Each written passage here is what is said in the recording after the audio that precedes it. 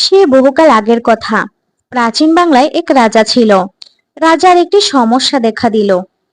রাজার চোখের দৃষ্টিশক্তি দিন দিন কমতে থাকলো।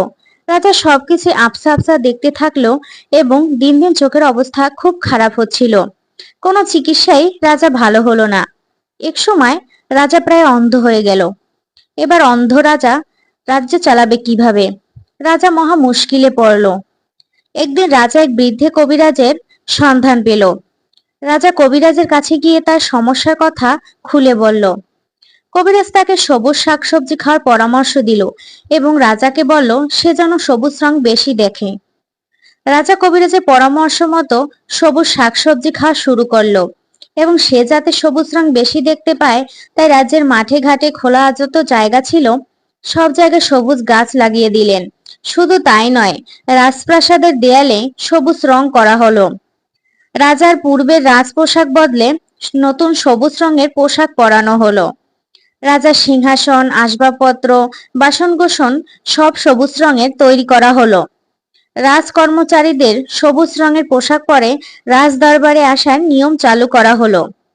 রাজ্যের ঘরবাড়িতে সবুজ রং করা বাধ্যতামূলক করা হলো। রাজ্যে সবুজ রঙের যা কিছু তৈরি করা হবে তার উপর কর মওকুফ করে দেওয়া হলো। রাজা আস্তে আস্তে তার দৃষ্টিশক্তি ফিরে পেতে শুরু করলো এবং আস্তে আস্তে সুস্থ হতে থাকলো।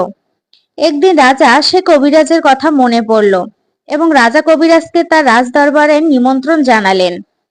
কবিরাজ রাজ দরবারের সামনে আসলে তাকে রাজপ্রহরী বাধা দিল, কারণ কবিরাজের পরনে সবুজ রঙের পোশাক ছিল না। কবিরাজকে সবুজ রঙের পোশাক পরিয়ে ভিতরে আনা হলো। কবিরাজ রাজার এসব কাণ্ড দেখে চক্ষু চড়ক গাছ। সে রাজাকে জিজ্ঞেস করলো, মহারাজ আপনি এটা কি করেছেন? রাজা বলেন, আপনার কথা মতোই তো সবকিছু করে আজ আমি আমার দৃষ্টিশক্তি খুঁজে পেয়েছি। কবিরাজ বলেন, আমি তো আপনাকে সবুজ শাকসবজি এবং সবুজ রং দেখতে বলেছিলাম, কিন্তু আপনি তো দেখছি পুরো রাজ্যকে সবুজ করে দিয়েছেন।